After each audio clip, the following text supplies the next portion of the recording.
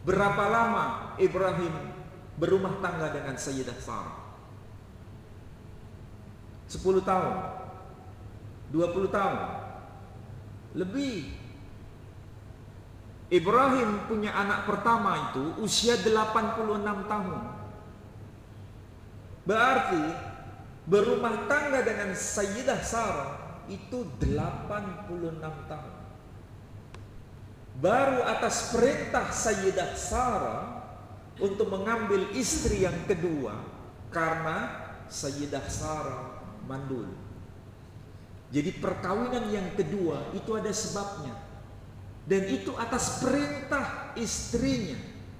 Ini beda dengan kita. Kita menikah yang kedua atas perintah siapa? Apakah ini yang dimaksud dengan syariat? Jadi setia dengan istri, kita bisa contoh dari keluarga Ibrahim. Dia tidak pernah melihat yang lain kecuali atas perintah istri, dan itu pun ada sebab, karena dia mandul.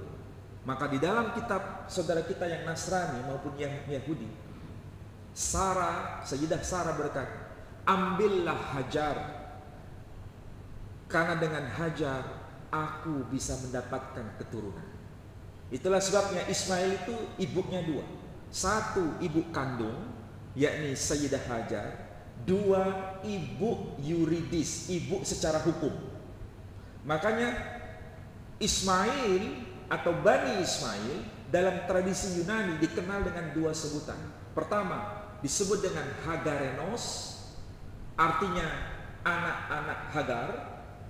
Jadi kaum Ismail itu, keturunan Ismail disebut keturunan Hagar, Hagarenos, tapi sekaligus disebut sebagai Sarakenos, keturunan Sarah. Tapi di sini yang dimaksud anak yuridis secara hukum dari Sarah. Jadi ada dua gelar yang disematkan kepada kaum Ismail. Dan itu terbukti dengan data-data historis, dengan data dokumen abad sebelum Islam datang, maksudnya sebelum risalah Nabi Shallallahu Alaihi Wasallam. Jadi sekali lagi syariat itu punya makna. Nah, kalau kita hidup seperti Ibrahim begitu, rumah tangga kita itu pasti beres. Tetapi kalau hidup kita menyalahi kehidupan Ibrahim, hidup kita pasti tidak akan beres. Ini contoh yang paling sederhana. Nah, ini bukan berlaku pada Ibrahim alaihissalam, tapi juga berlaku pada Nabi kita Muhammad sallallahu alaihi wasallam. Siapa istri dari Nabi kita sallallahu alaihi wasallam yang pertama? Sayyidah Khadijah. Sayyidah Khadijah menjadi istri Nabi berapa tahun? Adakah wanita lain pada saat Khadijah hidup? Tidak ada.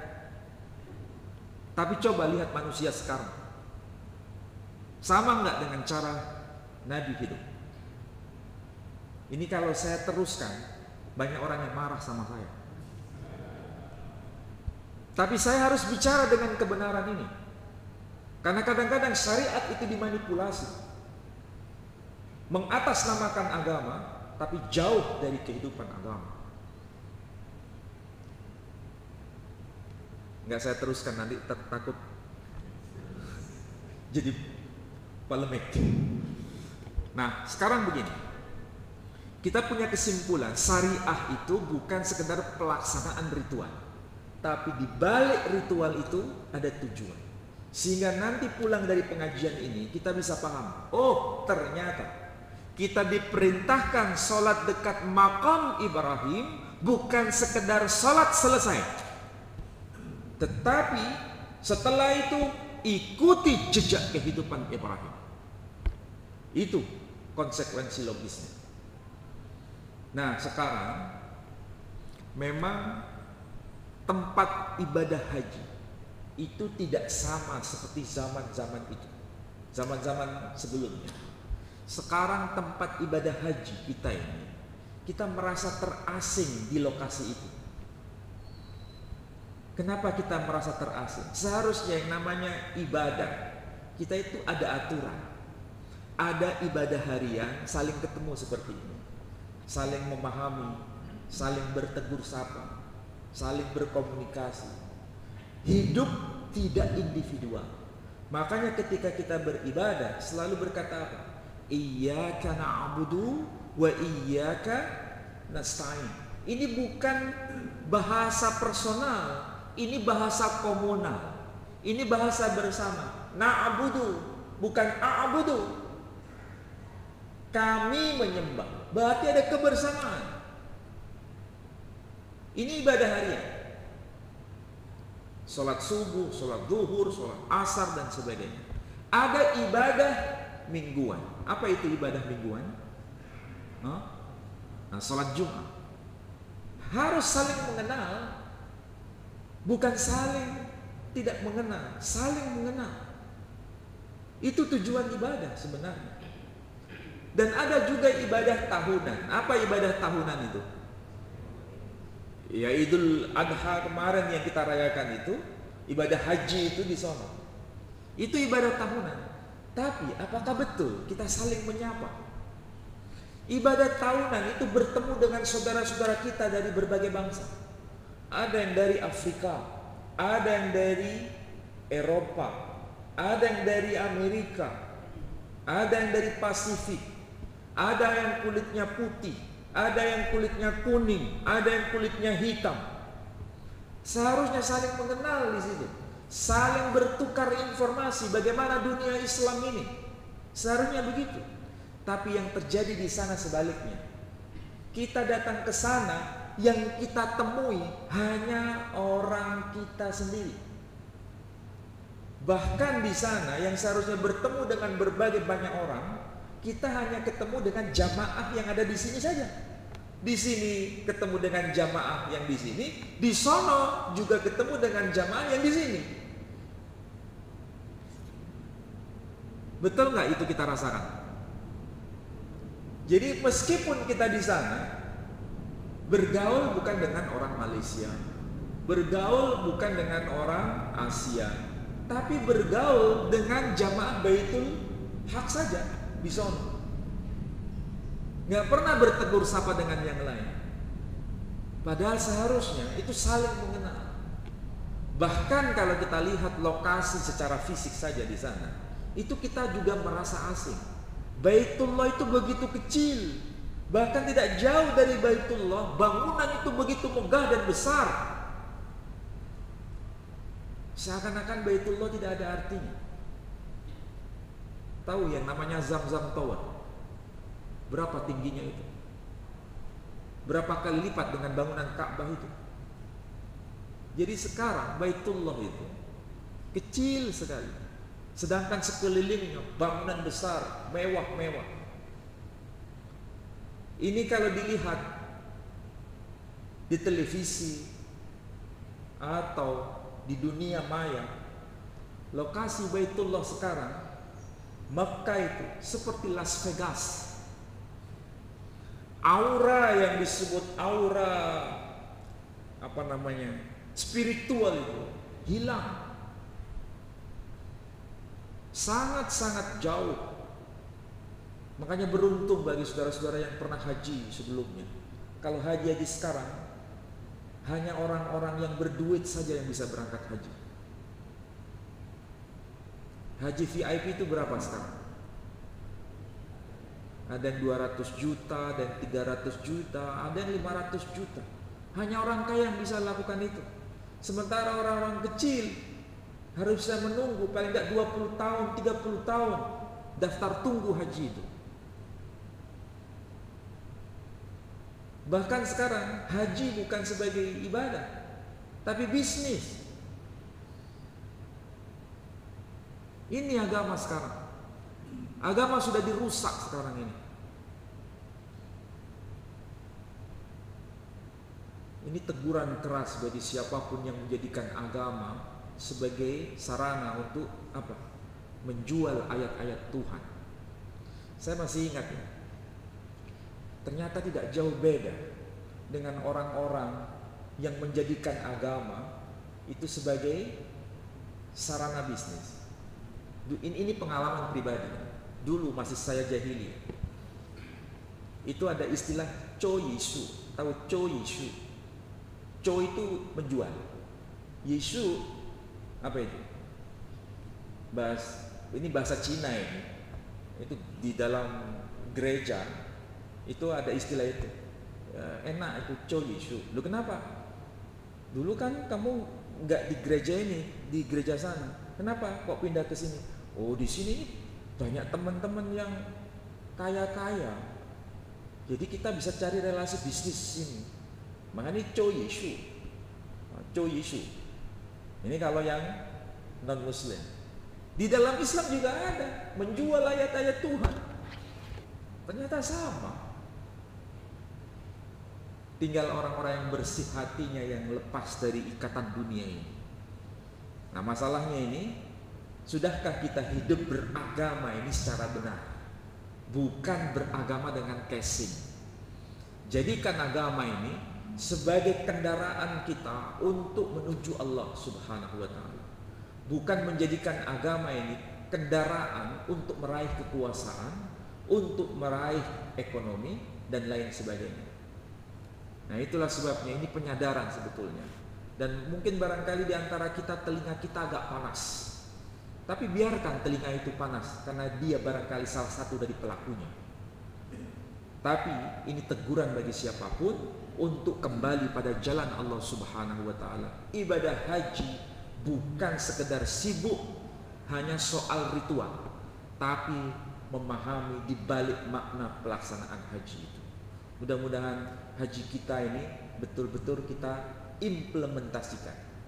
Haji di sana membawa kedamaian, tidak boleh membunuh, tidak boleh melakukan perbuatan-perbuatan tercela, tidak boleh berkata-kata kotor. Itu di sana. Kembali dari sana, di sini juga harus melakukan yang sama. Bisa ngerem kata-kata kita.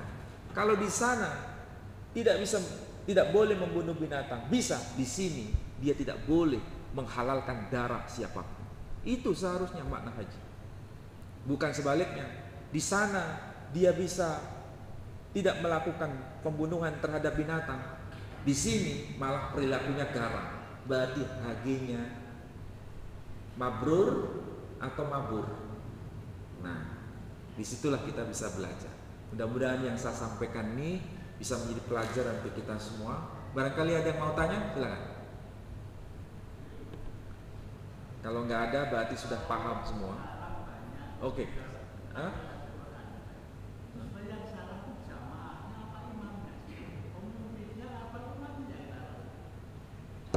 Ini pertanyaan bagus. Beliau bertanya seperti itu sebenarnya bukan mewakili beliau pribadi. Itu mewakili kita semua. Jadi pertanyaan beliau itu bukan mewakili diri pribadi, itu mewakili kita semua. Kita ini gelisah. Kenapa? Kok seperti ini? Iya kan? Yang salah itu siapa? Tentu yang paling bersalah itu yang ada di sini. Yang ada di tempat ini itu yang bersalah. Karena agama telah dimanipulasi. Agama telah dijadikan semacam bisnis. Agama telah dijadikan semacam mata pencaharian. Sehingga dia tidak berpegang pada agama, tapi dia jual agama itu. Sehingga umat ini tidak paham agama. Umat ini tidak mengerti agama. Yang dia tahu hanya ritualnya. Tetapi makna di balik itu gagal. Maka sekarang perlu gerakan kembali pada agama. Gerakan tajdid itu penting sekarang, terutama untuk generasi Gen Z. Makanya sekarang saya gelisah sebetulnya. Dan kegelisahan saya ini mewakili kita semua. Sekarang kita lihat betapa banyak pengajian yang digelar. Betapa banyak pengajian subuh, pengajian maghrib digelar di masjid-masjid. Tapi lihat itu, berapa generasi Gen Z yang hadir? Zero. Kenapa yang hadir itu generasi yang senior-senior yang mendekati usia kematian. Kenapa? Kenapa generasi Gen Z jarang hadir? Karena yang ada di podium ini, dia tidak memberikan solusi kepada mereka. Ini masalahnya. Sehingga perlu renovasi cara mengenalkan agama kepada umat ini. Dan itu penting. Maka sekali lagi, ini pelajaran bagi kita semua. Pengajian itu bukan sekedar pengajian, tapi sebagai gerakan tarbiyah. Apa itu tarbiyah? Mendidik umat supaya umat ini benar-benar bisa hidup bahagia di dunia ini dan di akhirat. Tapi bukan sekedar mengiming-imingi surga ataupun neraka, tapi bagaimana dia bisa berkhidmat pada agama, tetapi dia bisa berkarya kepada sesama. Nah, itulah sebabnya ulama itu bukan sekedar ulama, tetapi harus dicontoh pada generasi terdahulu. Kita dulu kalau melihat orang pakai sorban, ya, itu bukan sekedar mengerti Quran dan hadis, tapi juga mengerti mengenai ilmu lain. Kita tahu misalnya tokoh Imam Al-Ghazali. Apakah dia hanya mengerti mengenai sufi? Enggak. Dia seorang ahli filsafat. Dia mengerti bahasa-bahasa selain bahasa Arab. Ada tokoh yang bernama Al-Khawarizmi. Dia mengerti Quran dan hadis, tapi dia mengerti Al-Jabar. Apa itu Al-Jabar? Matematik. Makanya nanti itu diabadikan dalam keilmuan matematik yang disebut algoritma itu. Dari mana istilah itu diambil? Dari Al-Khawarizmi. Karena kesulitan melafalkan Al-Khawarizmi jadi algoritma. Itu salah satu bukti. Siapa yang nggak tahu Ibnu Rus yang menulis mengenai fikih perbandingan 4 madhab, yang judul kitabnya adalah Bidayatul Mujtahid. Itu kitabnya. Tapi siapa dia? Ternyata dia seorang filosof yang mengerti bahasa Yunani, yang mengerti bahasa Latin, dan mengerti bahasa Ibrani. Begini ulama-ulama kita terdahulu. Tapi coba lihat ulama kita sekarang. Tidak mengerti ilmu-ilmu lain. Kalaupun mengerti agama, yang dipahami hanya fikih saja. Mayoritas. Di luar itu dia nggak ngerti. Bahkan maaf kalau harus berkata, disebut ulama kalau bisa hanya mimpin tahlil saja. Ini kan bahaya. Agama itu luas. Agama itu solusi dari apapun. Oke, saya kira itu ya yang bisa saya jawab. Kembali pada gerakan agama ini supaya untuk bisa paham sepenuhnya. Agama itu bukan sekedar tahlilan. Agama itu bukan sekedar membaca Quran mencari pahala, tapi bagaimana mengungkap Al-Quran ini lebih baik. Saya ingin sampaikan kemarin waktu saya bertemu dengan Tun Dr. Mahathir Mohamad, mantan Perdana Menteri Malaysia. Beliau ngomong dalam banyak orang dan saya berada di samping beliau. Dia berkata begini, dulu, ini ucapan Mahathir, dulu ulama-ulama kita di Malaysia mengatakan bahwa yang disebut Al-Quran itu adalah yang bahasa Arab ini saja.